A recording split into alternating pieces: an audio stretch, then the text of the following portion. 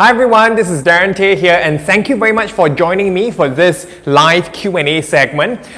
It's a Friday evening and I always treasure the moments that I get to be able to interact with each and every single one of you. So thank you again for taking your time to tune in and to join me. My sincerest apologies before I start, and that is we started late for today, because I was held up at another training engagement. But for me, the show must still go on, and for me, the important thing is we still want to keep up to our promise and commitment that every Friday we want to do, at least for this month, the live Q&A so that I can continue to engage with you all and to answer the questions that you may have.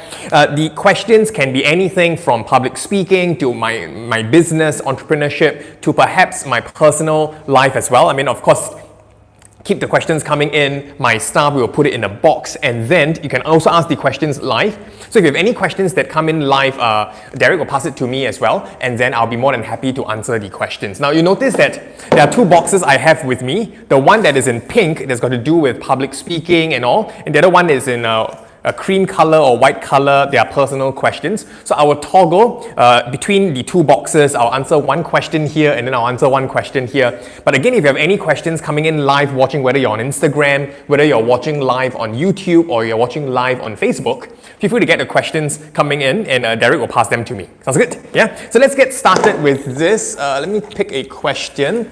This question is from Pooja Sharma, and the question is how to deal with a shaky voice. Now, when your voice is a little shaky, when it's not that stable, it often happens where people can sense the erratic vibrations, and it tends to create the impression that either you're very nervous or you're not sure of the surroundings, you're not sure of the audience, you're not sure of yourself, you're not sure of your content. So how exactly do you deal with a shaky voice? I would say there are two things that you can take note of. The first one, to help you deal with a shaky voice, is that you need to prime your body right from the start to be in a relaxed state.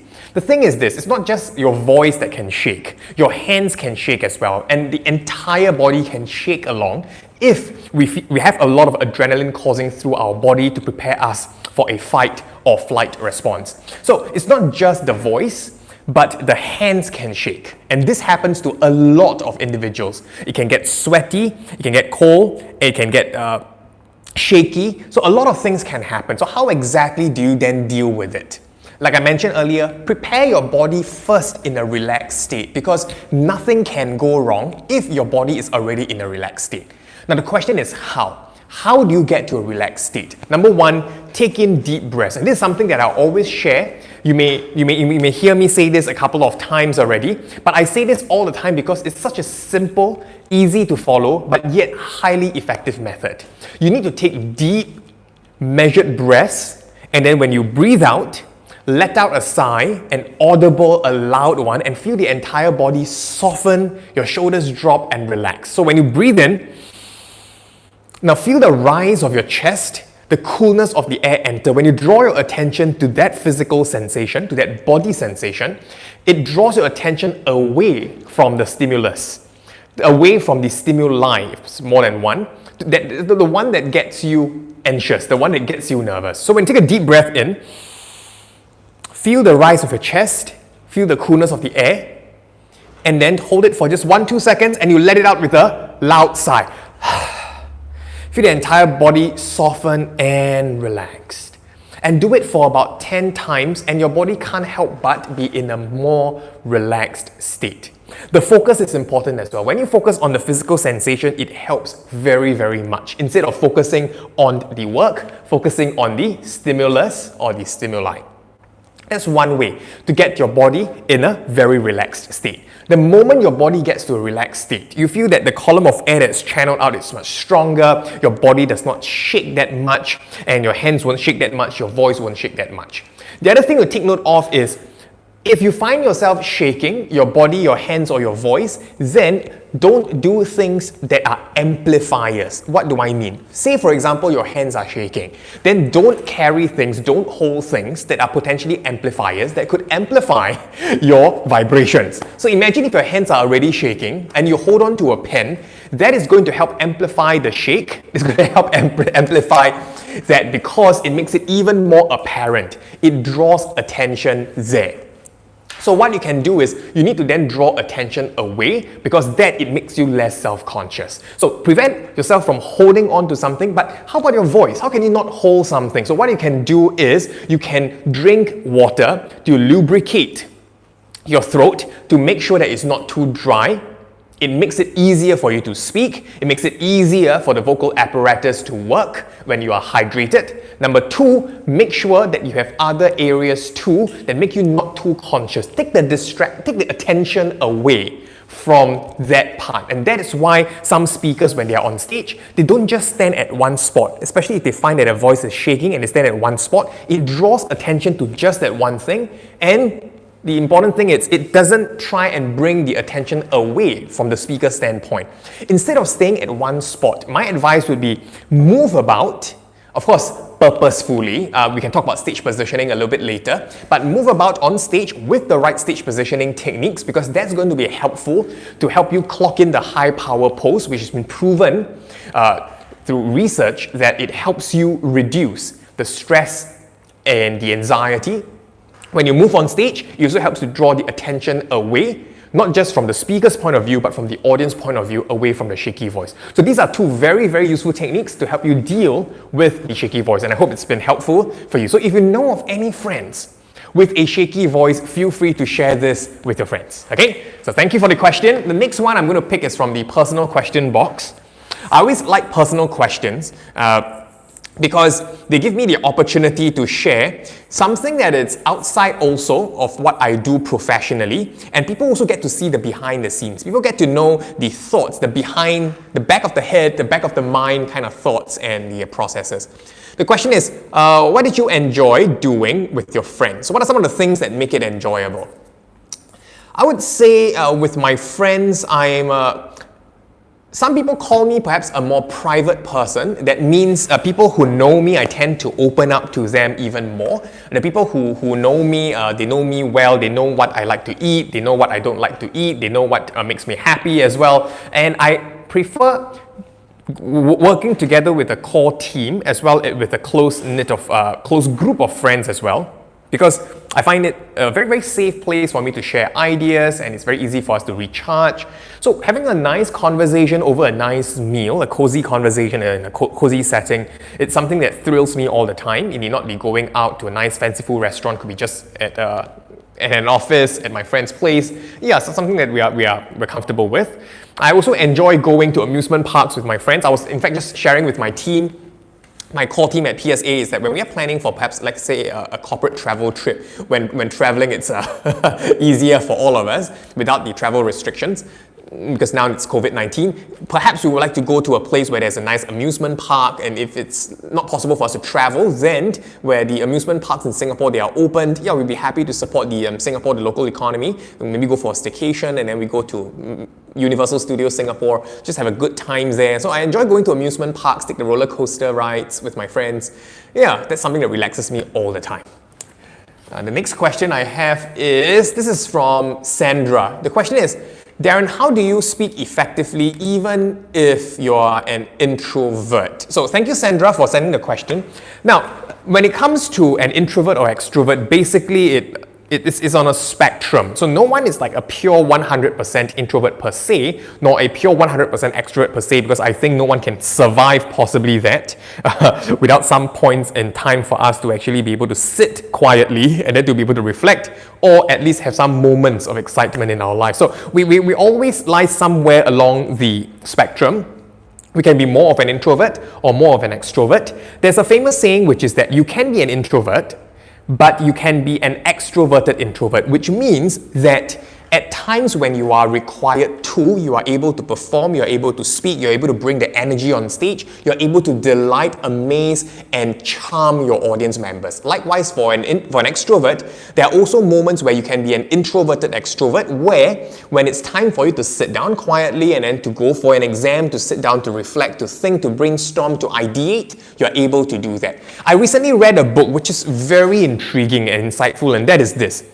That when a particular introvert, how can an introvert speak effectively on stage as well? You can, because here's the thing. that for introverts, when there are extroverted moments for introverts, I'm such a person, I'm more of an extroverted introvert. That means for me, I identify myself more as an introvert. The way that I recharge is perhaps not going to a club or to a party. The way that I like to recharge is maybe going for a dance session with just close friends and have a chat session with my friends, to be able to sit down, have a nice cup of coffee, to enjoy nice tranquil place for me to reflect. I recharge very well in that way. My family members know me very well. My staff know me very well. So, but when it comes to going on stage, when it comes to performing, I have the skill, I have the techniques, I have the abilities to do that. I'm not the only one. The thing is this, after we have given our all, our 101% on stage, as an extroverted introvert, there must then be an outlet for us to recharge, which is by way of then maybe going for a nice movie, maybe going for a nice cozy outing with a small group of friends over a nice meal, having a conversation, maybe even to meditate. Then the same applies for someone who's an extrovert. When it comes to going for an exam, does it mean an extrovert cannot sit down quietly, sit still and go for an exam to reflect? Absolutely not. We have high-functioning extroverts, obviously. So the thing is, how do they then recharge? When they have those moments, they then recharge by perhaps going out for a party, going to a beach party, maybe organize a party at home to recharge in that way. There's no right, there's no wrong in there. So to answer this question, how do you speak effectively, even if you're an introvert? The step number one is to embrace yourself as an introvert. I embrace myself as an introvert. In the past, I used to think that being an introvert means you're not a good speaker. That equivalence is not true. It's not real as well. So embrace yourself as an introvert.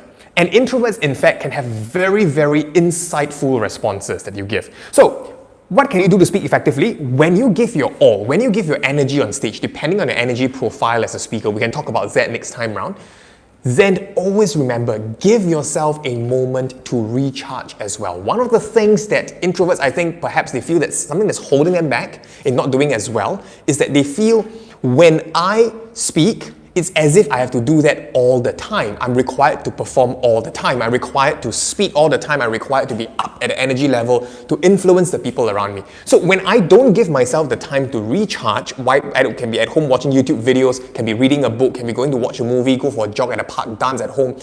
If you don't give yourself that moment, you're not going to find yourself enjoying speaking on stage. You find yourself lacking in energy over time. So what you would want is make sure you recharge.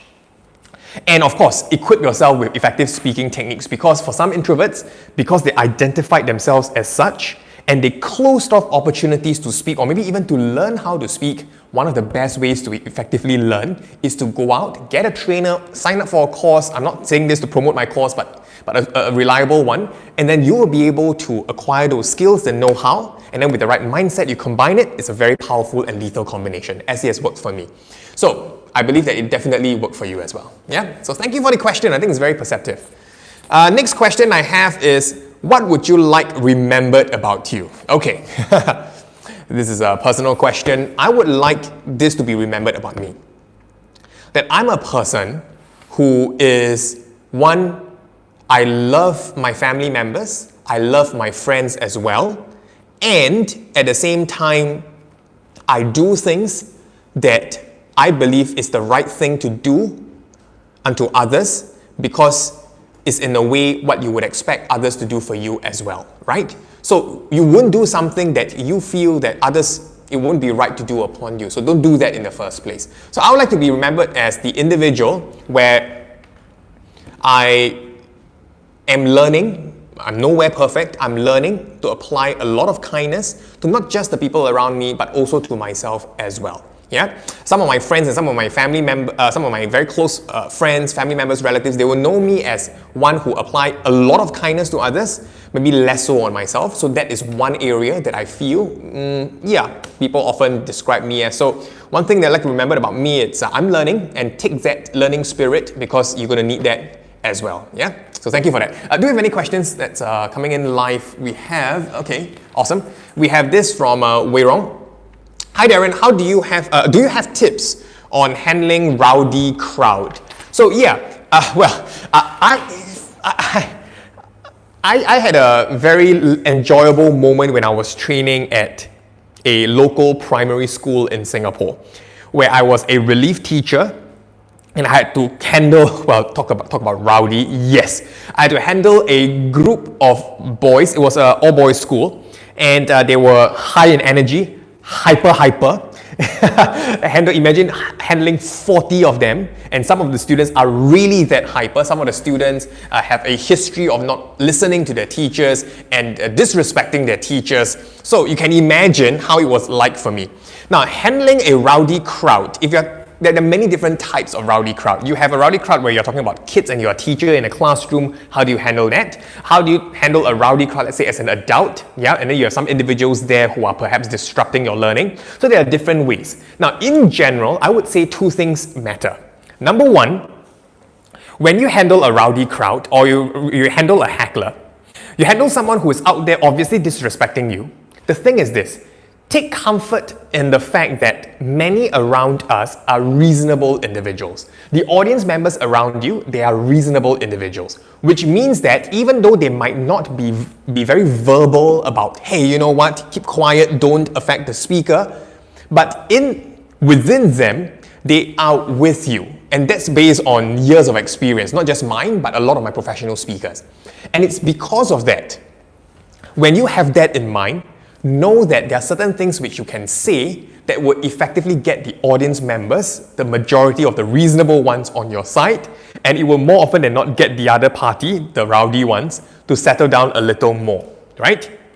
So first, show a lot of respect to everyone, including those individuals. I have a speaker who's very, very apt in handling that. One individual just stood up in the middle of his class and said that, you know what, I hate you. And the speaker responded, that's just too bad because I actually like you quite a lot. Yeah, because that particular student at that point in time, a teenager, a very rebellious teenager, did that. But instead of reacting to that anger, choosing to respond to that and showing respect still, not just got the other party to respect, but also got the other students with you.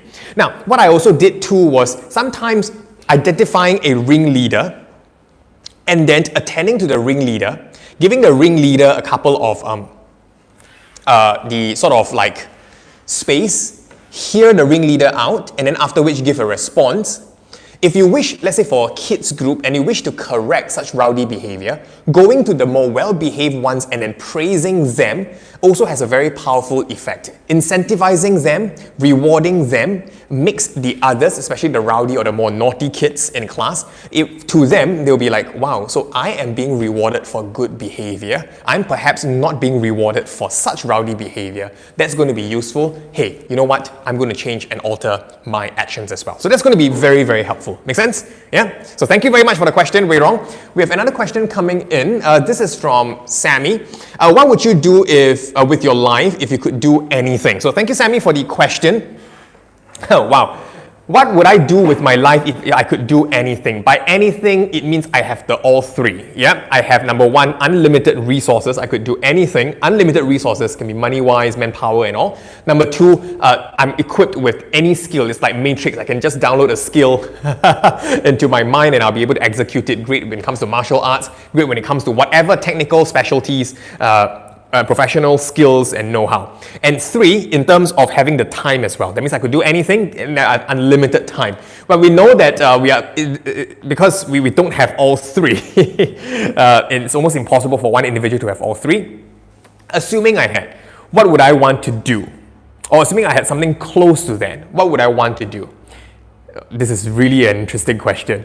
Number one, I would want to, with unlimited resource, with unlimited manpower, with the trainers that I want to be able to train them to be able to spread the good skill of communication. Because you know what? The one thing that creates a lot of conflict in this society, there's a famous saying and a famous phrase which is that human beings are hypothesized to be conflict creatures, conflict-prone creatures, which means that whenever we have human interaction, we are bound to see conflict, however big or small a scale it is.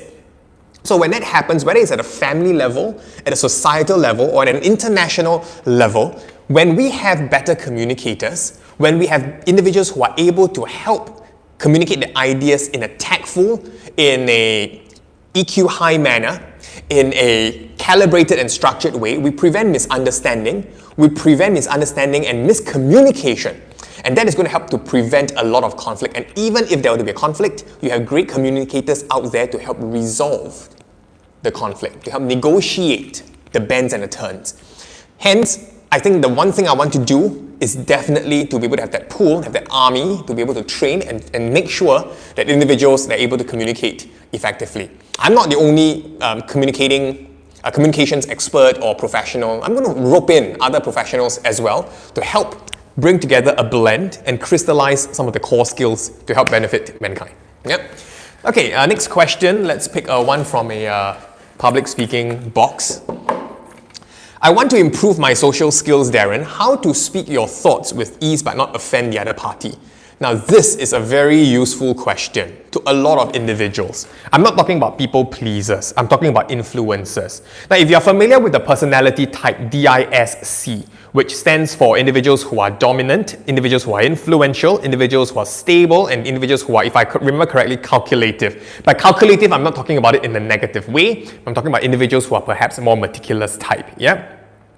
Individuals who are the high I. High I means individuals who are high influence. They are the individuals who are the people individuals. They are people oriented. They have extremely high EQ. They know how to treat people right. They know how to think a few steps forward. They know how individuals are likely to feel, and that's why they are able to then give not just massive value, but they're able to help prevent misunderstanding. The only problem is they have a fear, and this disadvantage, it creates a kind of dent to their health, where they have to really think, and sometimes to the extent of perhaps overthinking and creating additional stress, whether what I say is likely to offend the other party.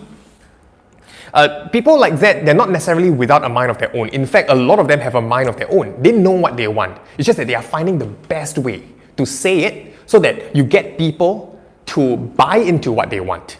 Now, how do you then speak your thoughts with ease and not offend the other party? 3 tips for you. Number 1, always back up with reason. I'm such an individual, so I'm not a domineering type where I push my ideas across without seeking consultation with my team. You can ask my team, you can ask my family members as well. I'm the kind who really pay attention to their emotions and whether what I say, is it going to nurture, is it going to offend them? So what I found to be very useful is turn to reason. When you turn to reason and not look at emotions per se, that means you yourself don't get emotionally charged.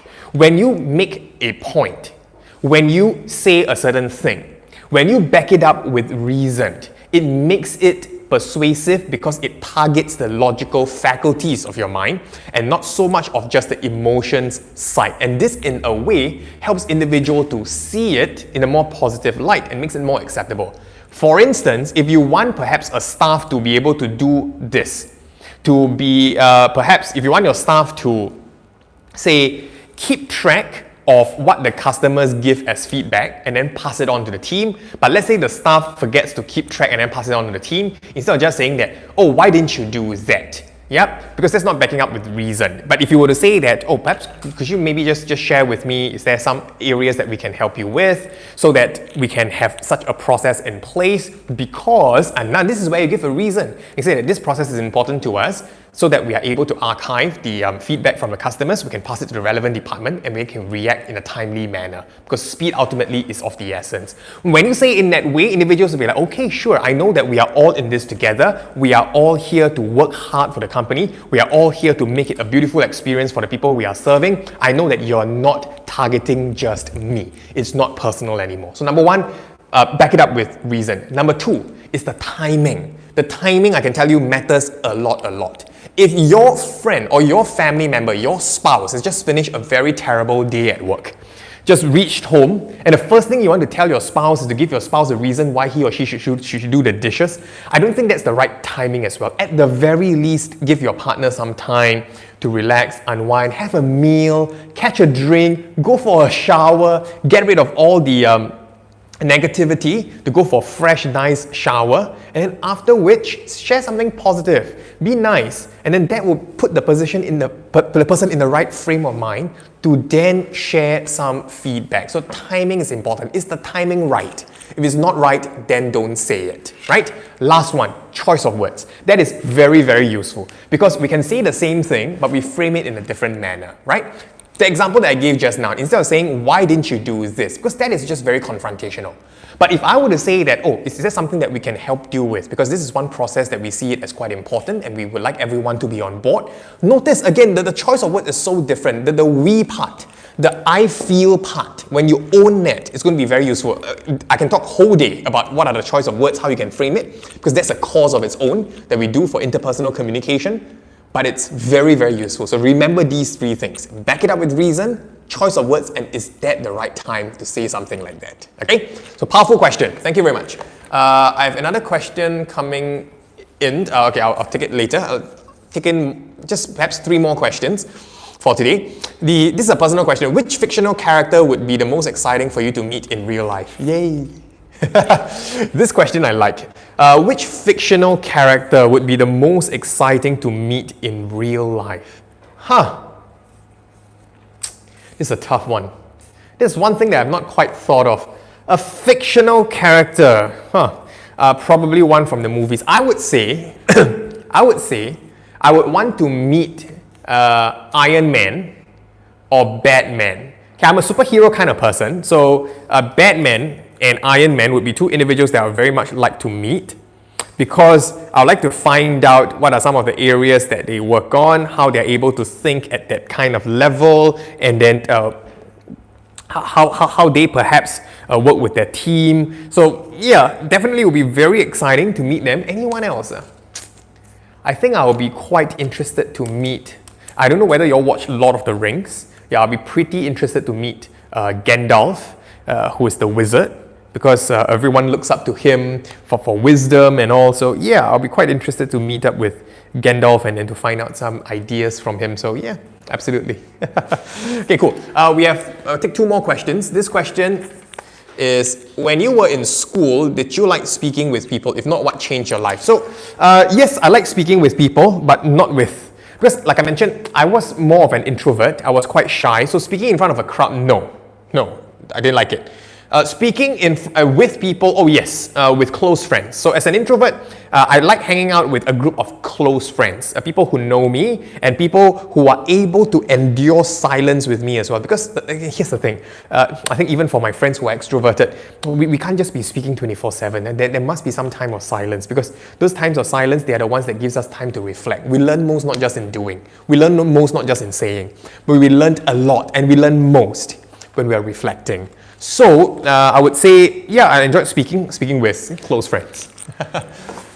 Okay, one last question from this box, and it is, I'm 40 plus, Darren. May I succeed as a speaker? Oh, I like this question. Absolutely.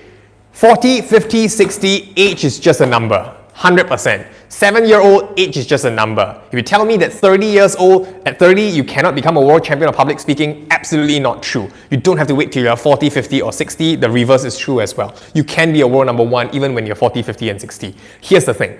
When I say age is just a number, when it comes to stage mileage, that is not. Because stage mileage is not just a number. Stage mileage is directly proportionate to the level of success and mastery that you're going to see when it comes to speaking, whether professionally, whether non-professionally.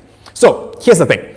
At age 40 plus, how do you succeed as a speaker? 2 things to take note of. Number 1, get a very, very good mentor, especially if you want to learn things fast, because it's not just the learning, but the unlearning and then the proper learning. There's some bad habits that you might have accumulated over the years that need to be dealt with, need to be corrected. Get a great mentor, because with a great mentor, you're not doing it alone. You know you're doing it right, and you can do it at the way faster pace. Because I think that's supposed the thrust of your question, right? Because that's why you're going to add that in at 40 plus. Do I still have the time? Do I still have the runway to succeed as a speaker? Absolutely. The second thing to take note of is, on top of getting a good mentor, is you yourself must be ready to put in the hard work. A lot of my World Champ colleagues will say this, that people are jealous of the title, people are jealous of the success we have as professional speakers, but they are not jealous of perhaps the behind the scenes. They're not jealous of what they see behind the scenes, right? The hours of hard work, the failures, having to collaborate to test things out before your audience, before you finalize that. So people need to see that speaking is like with any other proper skill.